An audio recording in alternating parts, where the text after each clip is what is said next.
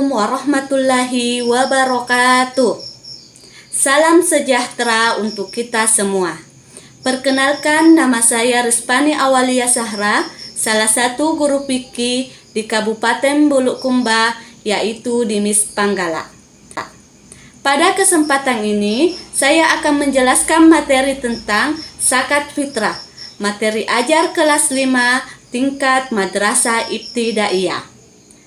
Sebelum saya menjelaskan tentang pengertian zakat fitrah, marilah kita memahami kompetensi dasar yang akan kita capai pada pembelajaran ini. 1.1 Menerima kebenaran bahwa zakat fitrah dapat menyucikan harta dan jiwa. 2.1 Menjalankan sikap peduli dan kasih sayang terhadap sesama.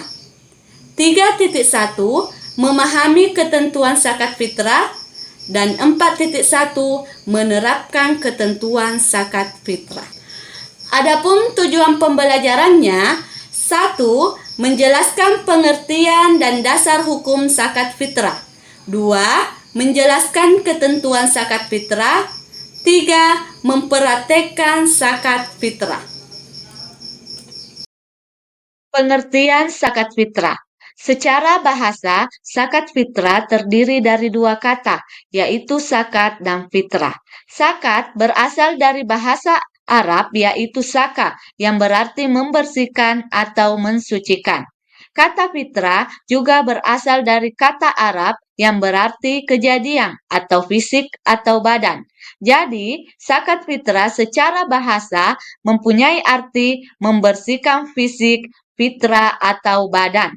Secara istilah, zakat fitrah adalah memberikan harta yang berupa makanan pokok yang diserahkan kepada golongan atau orang yang berhak menerimanya dengan syarat-syarat tertentu. Hukum zakat fitrah. Hukum zakat fitrah menurut dalil Al-Quran dan Al-Hadis adalah fardu ain atau wajib. Rukun zakat fitrah. Rukun zakat fitrah terbagi atas 4. Yang pertama niat, yang kedua ada orang yang mengeluarkan zakat fitrah atau musaki, yang ketiga ada orang yang menerima zakat fitrah atau mustahik, dan yang keempat barang atau makanan pokok yang disakatkan. Keempat rukun ini haruslah terpenuhi dalam melaksanakan kewajiban zakat fitrah. Adapun syarat wajib zakat fitrah, yang pertama menemui tenggelamnya matahari di akhir bulan Ramadan. Yang kedua, memiliki makanan pokok lebih dari kebutuhan di malam hari raya dan di siang harinya, baik untuk dirinya sendiri maupun keluarganya, serta orang yang wajib dinafkahinya. Ketiga, niat mengeluarkan zakat fitrah untuk dirinya sendiri dan juga keluarganya. Kemudian dasar hukum zakat fitrah terdapat dalam Al-Quran surat Al-Baqarah ayat 277 yang berbunyi, A'udzubillahi minasyaitonirrajim. Bismillahirrahmanirrahim. Innalladzina amanu wa amilus solihati wa aqamus sholata wa atus zakata lahum ajruhum inda rabbihim wala khaufun alaihim wala hum yahzanun. Yang artinya, sesungguhnya orang-orang yang beriman, beramal saleh, menegakkan salat dan menunaikan zakat, mereka mendapat pahala di sisi Tuhannya. Tidak ada rasa takut pada mereka dan tidak pula mereka merasa bersedih. Kapankah kita harus membayar zakat fitrah itu? Waktu membayar zakat fitrah terbagi atas 5. Ada waktu wajib, adalah sejak terbenamnya matahari pada bulan Ramadan sampai menjelang salat Idul Fitri. Kemudian ada waktu haram, adalah membayar zakat fitrah setelah terbenamnya matahari pada hari raya Idul Fitri.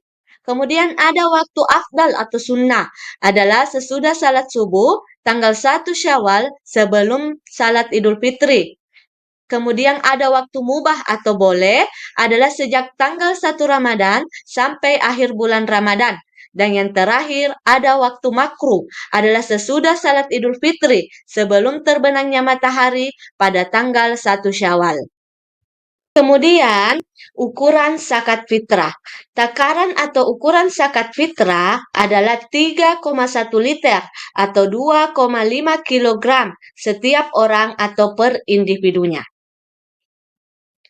Nah, bagaimanakah tata cara pelaksanaan zakat fitrah?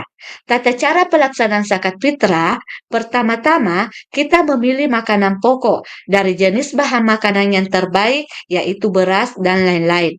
Yang kedua, kita takar sesuai dengan ketentuan yang ada, yaitu bila menggunakan takaran literan, maka gunakan ukuran yang standar, tidak terlalu kecil. Kita ambil 3 liter atau lebih. Bila menggunakan timbangan, pastikan timbangan tersebut normal sehingga berat beras tidak kurang dari 2,5 kilogram.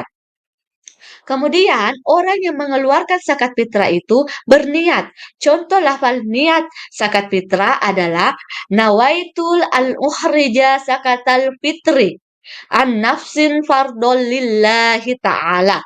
Artinya, aku berniat mengeluarkan zakat fitrah untuk diri sendiri, wajib karena Allah Ta'ala.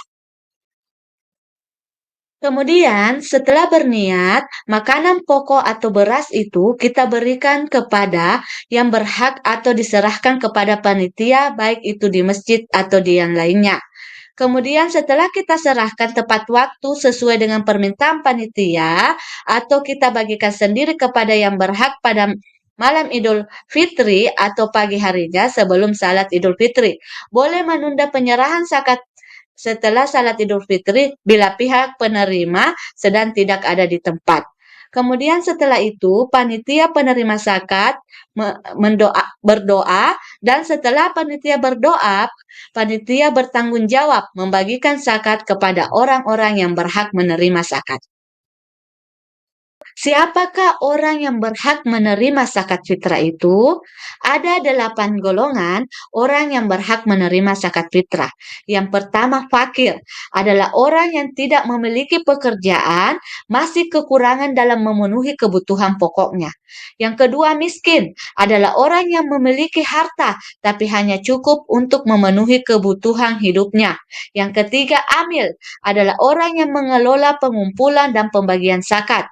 Yang keempat, mu'alaf, adalah orang yang masih lemah imannya karena baru mengenal dan menyatakan masuk Islam. Yang kelima, rikab atau budak mukatab, adalah budak sahaya yang memiliki kesempatan untuk merdeka tetapi tidak memiliki harta benda untuk menebusnya. Yang keenam, garim, yaitu orang yang memiliki banyak hutang sedangkan dia tidak bisa melunasinya. Yang ketujuh, fisabilillah, adalah orang yang berjuang di jalan Allah, sedangkan dalam perjuangannya tidak mendapatkan gaji dari siapapun. Yang kedelapan, Ibnu Sabil, adalah orang yang kehabisan bekal dalam perjalanannya. Lalu, adakah orang yang tidak berhak menerima zakat? Orang yang tidak berhak menerima zakat adalah yang pertama, orang kaya dengan harta atau kaya dengan usaha dan penghasilan. Yang kedua, hamba sahaya karena masih tanggungan pemilik hamba sahaya. Yang ketiga, keturunan Rasulullah Shallallahu Alaihi Wasallam. Yang keempat, orang yang tidak beragama Islam atau non-Muslim. Yang kelima, orang yang tercukupi oleh orang yang menanggungnya. Yang keenam, orang yang dinafkahi. Yang ketujuh, orang yang fisiknya kuat dan berpenghasilan cukup. Dan kemudian, apakah tujuan kita mengeluarkan zakat fitrah? Tujuan kita mengeluarkan zakat fitrah adalah untuk menyucikan jiwa, menyucikan diri kita. Jadi anak-anakku semua, marilah kita menyadari bahwa zakat fitrah ini adalah kewajiban setiap manusia, per individu, per orang. Bukan kewajiban keluarga, kewajiban masyarakat, apalagi negara. Jadi marilah kita menyadari pentingnya zakat fitrah karena zakat fitrah ini adalah kewajiban kita pribadi. Demikianlah materi yang sempat Ibu sampaikan pada hari ini. Semoga apa yang Ibu sampaikan bermanfaat bagi kita semua dan dapat kita terapkan dalam kehidupan sehari-hari. Akhiri kata, wabillahi taufiq wal hidayah, summa assalamualaikum warahmatullahi wabarakatuh.